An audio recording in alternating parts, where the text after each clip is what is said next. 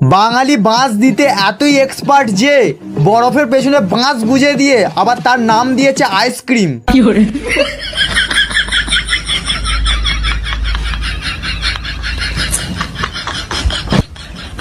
দুঃখ একটাই, আজ পর্যন্ত কেউ আমাকে শোনা তো দূরের কথা, টিন ভাঙা বলেও ডাকলো না।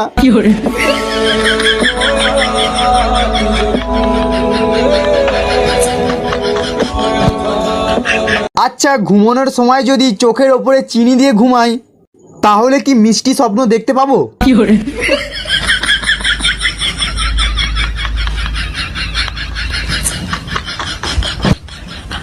পশ্চিমবঙ্গে এত মানুষই বেকার যে 4 জন লুডো খেলতে বসলে 5 জন পেছন দিক দিয়ে বুদ্ধি দেয়।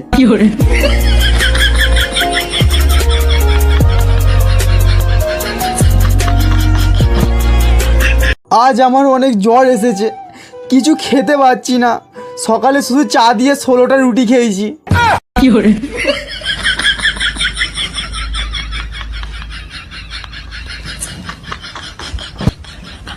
এবার বুঝলাম পড়তে বসলে কেন পড়তে ইচ্ছা করে না। কারণ হচ্ছে আমি তো বইয়ের সাথে এখনো পর্যন্ত আধার লিঙ্কই করাইনি।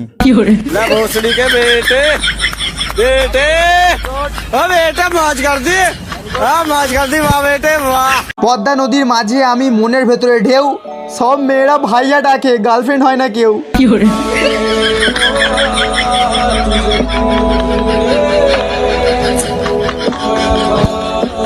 কবির দাদু বলেছেন বাইক আর বউ যত পুরানো হবে তত তার সাউন্ড বাড়বে।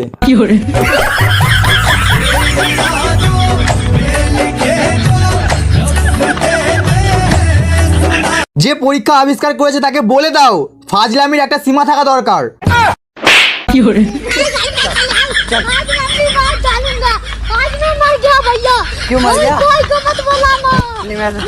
স্যারকে যখন পরীক্ষার সাজেশনের জন্য বলি, স্যার তখন বলে যা আসবে সব বই থেকে আসবে, বইয়ের বাইরে কিছু আসবে না।